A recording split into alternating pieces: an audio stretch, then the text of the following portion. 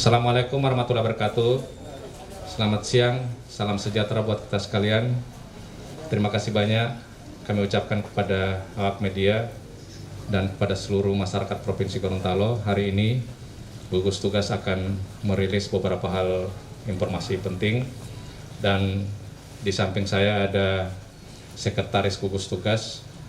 Di samping itu kerja beliau sehari-hari sebagai Kepala BPPD Provinsi Gorontalo, dan beliau akan memberikan informasi-informasi buat masyarakat Provinsi Gorontalo. Persilakan, Pak.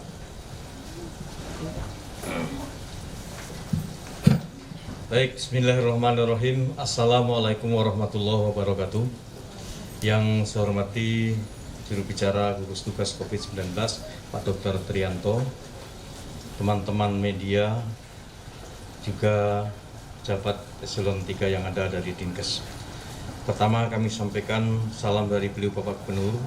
Beliau masih mengikuti kegiatan rapat paripurna dengan DPRD terkait dengan penyerahan audit dari BPK.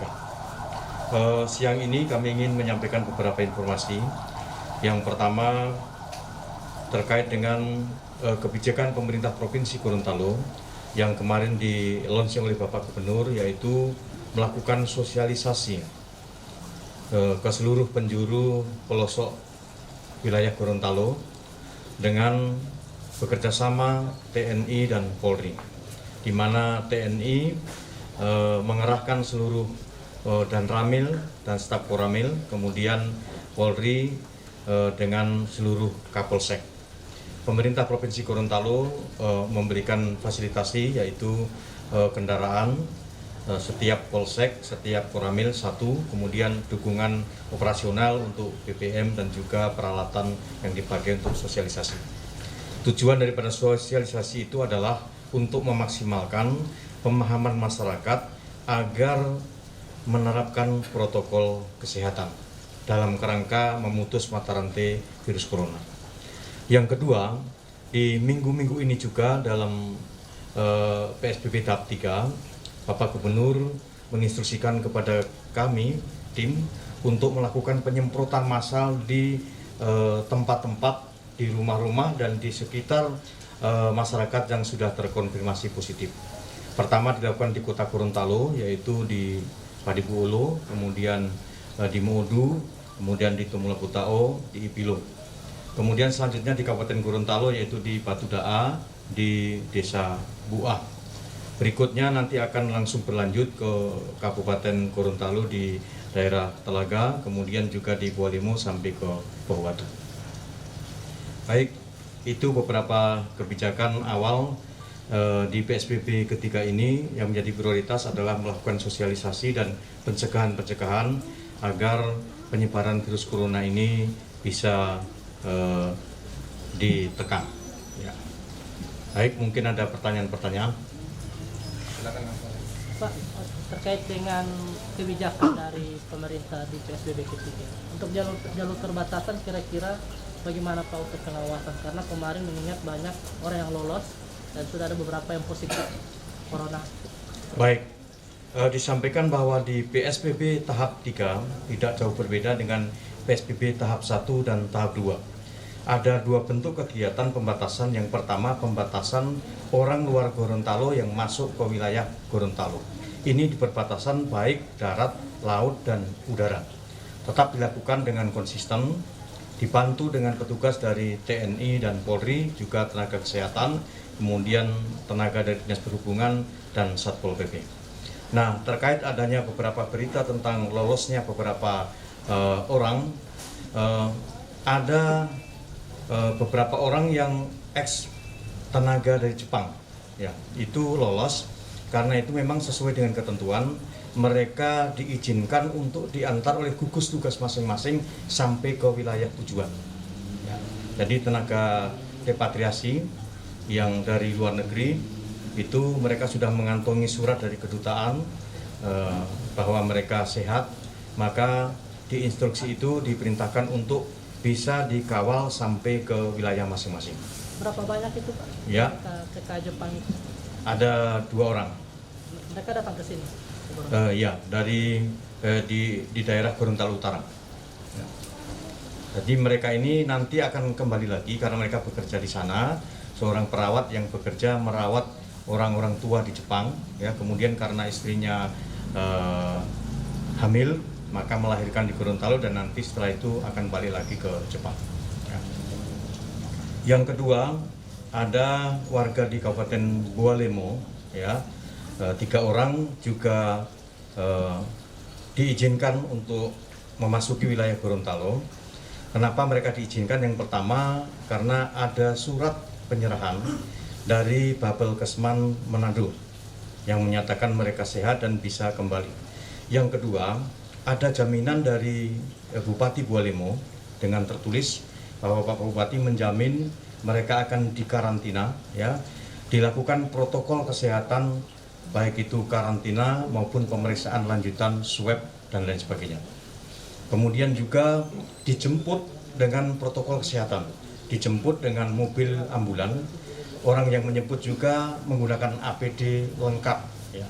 Sehingga toh kalau memang mereka nantinya positif, sudah antisipasi dari jauh dilakukan protokol kesehatan. Ya Pak, 3 orang tadi itu anggota DPRD atau formasi atau anggota DPRD? Detailnya yang satu, ya, yang dua Alek, yang satu ASN. Ya. Pak, apakah dengan adanya surat rekomendasi dari Bapelkesman atau laboratorium di Jakarta, orang-orang yang dari luar daerah bisa masuk ke Gorontalo? Tentu itu dilihat kasus per kasus, ya, dilihat kasus per kasus. Yang menentukan bukan hanya surat dari Bapelkesman, tetapi ada pernyataan kesediaan dari pimpinan daerah, dari bupati. Ya, kalau bupatinya menjamin dia akan terapkan protokol kesehatan, ya tentu bisa diterima. Ya. Pak, betul Pak, informasi surat yang diberikan dari Manado itu untuk anggota DPRD itu palsu? Kalau itu kami belum tahu mengecek palsu apa tidak, tetapi jelas ada suratnya, ada capnya, ada tanda tangannya. Ya. Ya. Dengan peningkatan pasien positif yang terlalu cepat naik ini Pak, apa ada kemungkinan untuk PSBB tahap 4 Pak atau bagaimana? Itu belum dibahas, biasanya PSBB itu ditentukan, nanti setelah akhir-akhir diadakan evaluasi. Jadi Bapak Gubernur selalu memerintahkan kepada kami untuk menentukan keputusan berdasarkan fakta dan data, dan itu juga dilakukan evaluasi secara mendalam melibatkan berbagai unsur, baik itu unsur dari akademisi, kemudian tokoh masyarakat, tokoh agama, Forkopimda, dan juga bupati dan wali kota. Ya. Cukup, baik, terima kasih. Kami dari gugus tugas senantiasa mohon dukungan dari teman-teman media untuk membangun berita-berita yang baik, yang bisa mengedukasi masyarakat agar upaya pemerintah untuk memutus penyebaran virus corona ini bisa berjalan dengan maksimal. Terima kasih. Apabila ada yang kurang berkenan, kami mohon maaf. Assalamualaikum warahmatullahi wabarakatuh. Terima kasih Pak Sumarwoto. Di samping kami juga ada Kadis Perhubungan. Ada informasi-informasi penting yang akan disampaikan oleh Bapak Kadis Perhubungan dan bisa langsung saja kita interaksi. Terima kasih.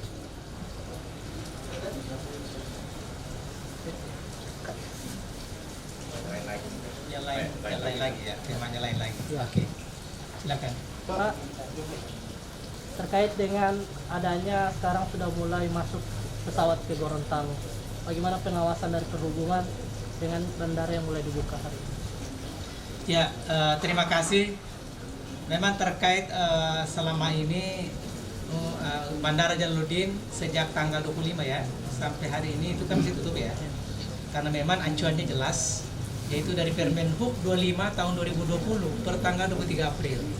Yang mana di dalam amanah daripada permen itu adalah bagi daerah, ya saya ulangi, bagi daerah yang wilayahnya PSBB, kemudian zona merah, terus yang ketiga aglomerasi, maka di sana dilarang sementara melakukan kegiatan mudik. Nah, Gorontalo adalah PSBB. PSBB-nya Gorontalo adalah pada tanggal 4 Mei kemarin sampai tanggal 13 tahap pertama, kemudian lanjut ke 18 sampai tanggal 31 ya. Nah, kemudian sekarang kita masuk di tahap ketiga, insya Allah dari tanggal 1 sampai dengan tanggal 14. Nah, di Permenhub itu dijelaskan bahwa berlakunya itu mulai tanggal 24 April sampai dengan 31 Mei. Sehingga secara otomatis daerah-daerah yang wilayah PSBB itu dilarang untuk melakukan kegiatan mudik kecuali, atau itu ada kecualinya. Kecualinya tadi adalah orang-orang yang diperbolehkan dalam PSBB seperti misalnya tadi TNI Polri yang mendapat penugasan. Saya ulangi, TNI Polri yang mendapat penugasan. Yang kedua adalah ASN atau BUMN yang mendapat penugasan. Ya, terus yang berikut adalah ketika ada orang yang keluarga intinya meninggal. Ya, keluarga intinya yang meninggal, ya dibuktikan dengan surat keterangan dari di mana lokasi itu. Terus yang keempat adalah tenaga migran, warga negara Indonesia di luar negeri yang akan balik ke Gorontalo. Itu juga diatur untuk difasilitasi seperti yang disampaikan oleh Pak Sekretaris Gugus tadi. Ada yang kemarin ada 2 orang, ya, tenaga kerja yang di Jepang, 2 orang, dan mereka sudah mengikuti prosedur yang sangat bagus. Dari Jepang ke Jakarta, setelah itu dikarantina 1 bulan di Jakarta. Selanjutnya ke Manado melakukan lagi pemeriksaan kesehatan baik dari KKP maupun dengan Rumah Sakit Siloam. Kemudian ada rekomendasi dari dari kedutaan. Ya, kemudian karena mereka mengikuti protokol kesehatan kemarin. Kembali lagi tadi, jadi kaitannya dengan bandar udara, bukan hanya bandara tetapi laut dan udara dan darat. Itu Permenhubnya berakhir tanggal 31 Mei kemarin, tetapi kemarin diperpanjang ulang dari tanggal 1 sampai tanggal 7. Nah, bagaimana kelanjutannya kita tunggu. Ya, jadi kita ini kan baru posisi tanggal 4. Bagaimana nanti di tanggal 8 ke atas kita belum bisa mengatakan ABCD, karena kenapa? Kita tentu ada melihat dari rujukan. Tetapi yakin bahwa Gorontalo PSBB-nya sampai tanggal 14 Juni. Nah, tentu kalau mau PSBB tentu ada pengecualian dibandingkan dengan orang-orang yang tidak melakukan PSBB. Sehingga sampai hari ini belum ada pelayanan untuk di bandara, ya, kecuali kalau ada kapal yang ingin memuat kargo, silakan, welcome. Kemudian teman-teman dari TNI, khususnya di Angkatan Udara, membawa alat-alat perangkat untuk yang di sini, silakan. Nah, tetapi yang lainnya untuk sifatnya komersil itu tidak dibolehkan. Nah, kemudian yang berikut, laut juga sama, ya, kapal-kapal ini saat ini sudah tidak ada yang masuk di Gorontalo sejak tanggal 25. Nah, kemudian demikian hanya dengan penyeberangan saat ini memang tetap berjalan, akan tetapi yang dimuat hanya 1 kendaraan-kendaraan yang memang melintas untuk sembako atau alat-alat strategis lainnya. Nah, kemudian yang berikut adalah jika ada tadi yang saya katakan ada orang tuanya meninggal. Terus yang berikut ada orang yang sakit karena harus dirujuk. Terus yang berikut adalah orang migran tadi. Demikian? Ya. Cukup.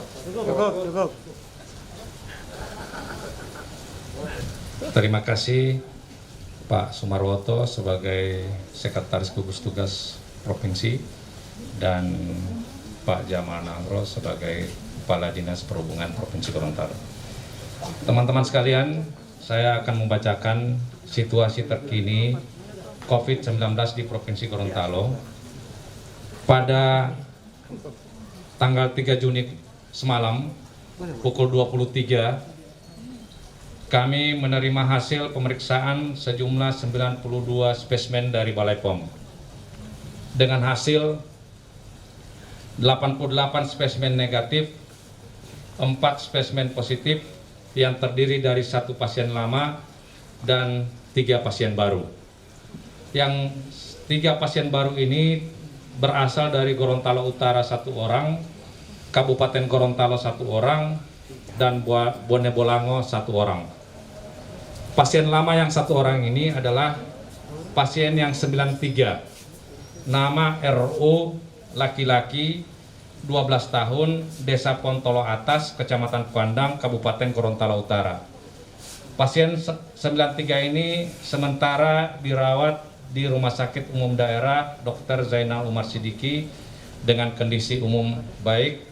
Hasil swabnya positif, dan hasil swab positif yang pertama maksud kami pada tanggal 31 Mei dan sekarang yang kedua masih tetap juga positif.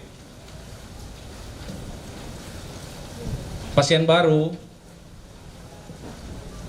3 orang, kalau kemarin 118, jadi ini pasien yang ke-119 atas nama NSD, perempuan 27 tahun, Kelurahan Hepu Hulawa, Kecamatan Limboto, Kabupaten Gorontalo. Pasien 119 ini merupakan tenaga kesehatan dan ini adalah pengembangan hasil tracking kontak dari pasien 79 atas nama MAA. Hasil swab di Balai POM tanggal 3 Juni kemarin, hasilnya PCR-nya positif, keadaan umum baik, persiapan rujukan menuju ke Rumah Sakit Alwi Sabu Gorontalo. Pasien yang kedua atau yang berikutnya adalah pasien 120 atas nama ARM, laki-laki 54 tahun, Desa Tinelo, Kecamatan Suwawa, Kabupaten Bone Bolango. Pasien 120 merupakan pengembangan atau tracking kontak dari pasien 81 atau pasien TCR. Hasil swabnya positif, PCR-nya positif dan keadaan umum baik, sementara persiapan rujukan ke karantina yang ada di Kabupaten Bone Bolango. Pasien yang berikutnya adalah pasien 121 atas nama SY, laki-laki 29 tahun, Desa Cisadane, Kecamatan Kuandang, Kabupaten Gorontalo Utara.